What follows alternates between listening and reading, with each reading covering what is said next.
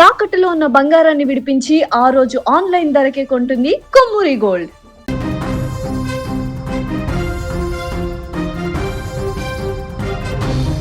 ఈశాన్య భారతాన్ని మరోసారి భారీ వర్షాలు వణికిస్తున్నాయి. ముఖ్యంగా అస్సాం రాష్ట్రంలో పరిస్థితి రోజురోజుకు ఆందోళనకరంగా మారుతుంది. అక్కడ జరిగినటువంటి విధ్వంసాన్ని చూస్తే, అక్కడ జరిగినటువంటి పరిస్థితులను కనుక చూస్తే కన్నీళ్లు ఆగట్లేదు. ఎడతెరిపిలేని వర్షాలకు నదులు ఉప్పొంగి ప్రవహిస్తుండడం, వరదలు గ్రామాలను ముంచెత్తడంతో అక్కడ లక్షలాది మంది నిరాశ్రయులయ్యారు. వేలాది కుటుంబాలు ఇళ్లను వదిలి సురక్షిత ప్రాంతాలకు వెళ్ళవలసిన దుస్థితి అక్కడ ఏర్పడింది. తాజాగా విడుదలైనటువంటి అధికారిక గణాంకాలు చూస్తే అస్సాంలో పరిస్థితి ఎంత తీవ్రంగా ఉందో అర్థమైపోతుంది. అస్సాం రాష్ట్ర విపత్తు నిర్వహణ అథారిటీ విడుదల చేసిన బులెటిన్ ప్రకారం ప్రస్తుతం రాష్ట్రంలోని 7 జిల్లాలు తీవ్రంగా వరద ప్రభావానికి గురయ్యాయి. శివసాగర్, చరాయిదేవ్, గోలాఘాట్, జర్హాట్, నాగావ్, విశ్వనాథ్, కామరూప్ మెట్రోపాలిటన్ జిల్లాలలో పరిస్థితి అత్యంత దయనీయంగా ఉంది. ఈ జిల్లాలలోని 551 గ్రామాలు పూర్తిగా వరద నీటిలో చిక్కుకున్నాయి. దీంతో 3 లక్షల మందికి పైగా ప్రజల జనజీవనం అస్తవ్యస్తమైంది. గడిచినటువంటి 24 గంటల్లోనే మరో 3 ప్రాణాలు కోల్పోయినట్లు అధికారులు వెల్లడించారు.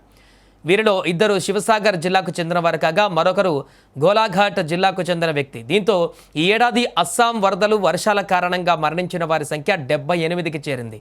సహాయక బృందాలు నిరంతరం సహాయక చర్యలు కొనసాగిస్తున్నప్పటికీ పలు ప్రాంతాలకు చేరుకోవడం ఇంకా సవాలుగా మారింది.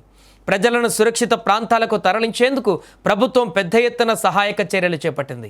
ఇప్పటి వరకు 71 రిలీఫ్ క్యాంపులు ఏర్పాటు చేసి 16,500 మందికి పైగా నిరాశ్రయులకు ఆశ్రయం కల్పించారు.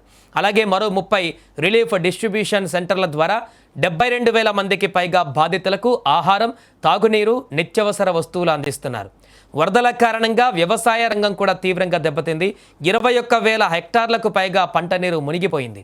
వేలాది మంది రైతులు భారీ నష్టాన్ని చవిచూశారు. అంతేకాదు 11,000కు పైగా పశువులు వరదల్లో కొట్టుకుపోయినట్టుగా అధికారులు తెలిపారు.